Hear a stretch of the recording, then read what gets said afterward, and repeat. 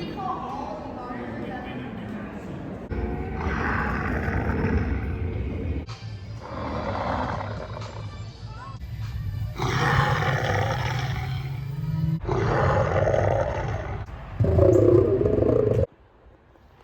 everyone, Pyro7 here, and today I'm going to be reviewing Mattel's Jurassic World Rebirth Frenzy Pack Edmontonia. So this is like the stereotypical, I say is like the generic Rebirth Frenzy Pack box with the background and the Spinosaurus. That was incredibly descriptive. On the back we've got Iani, Edmontonia, Torvo, Neustes, I think. Been like 7 months, still can't pronounce it right. And Proceratosaurus.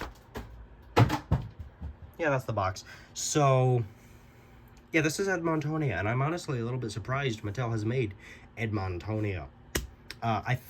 It's been an animal I wanted them to make for, I'd want to say, about 4 or 5 years. Since at least 21 or 2020 itself. But that said, it hasn't been an active desire like Megalosaurus or the still yet to be made Acrocanthosaurus. So the fact that they made it was a little shocking, but also admittedly pretty cool, I have to say. If you were to show me this, I would almost immediately know it was Edmontonia. Although with that said, there are a few things I would have to argue are inaccurate about it. The first one I have to say is I think these spikes here aren't really supposed to be like these spikes. They're supposed to be more so like, as seen on the animatronic clips that I showed at the very beginning of this, which is something new I wanted to try out. Figured show some clips of the animal that I have seen before the review, if I've seen one Mattel makes. Really like that. Just testing that out. But I think those spikes are supposed to be bigger and blockier, not really spikier. And I think the spikes past these ones are supposed to be a little bit bigger. I think, but I'm not. And I also think they're supposed to run all the way down the length of the tail, but I really could be wrong there. That said, these little spikes, or nubs, I guess, on the back, spikes over the shoulders and hips, are actually nice and rubbery, and they can move quite a bit, which Mattel is not uncommon to do for their ankylosaurs, such as like Minmi.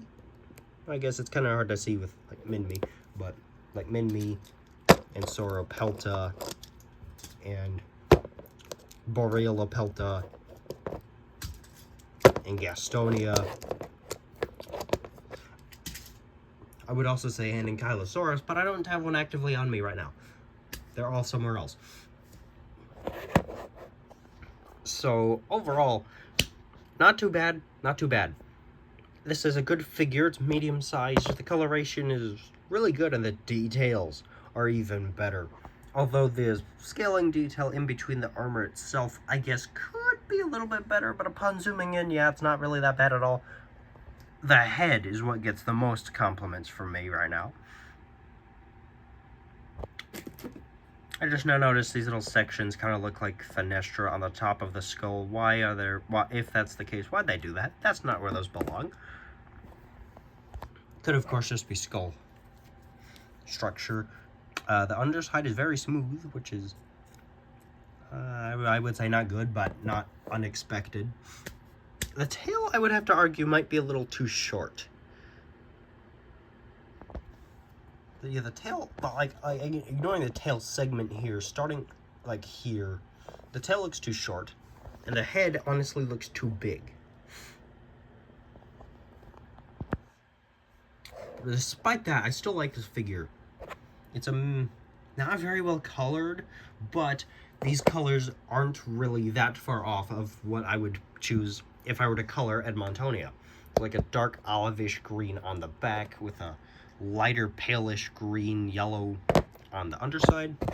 The eye is yellow, and the pupil, I think, is painted on. Kind of hard to tell, but I'm pretty sure it's painted on. The beak is a darker gray. None of the claws are colored, but it is digitigrade, which is good. That means it walks on its toes.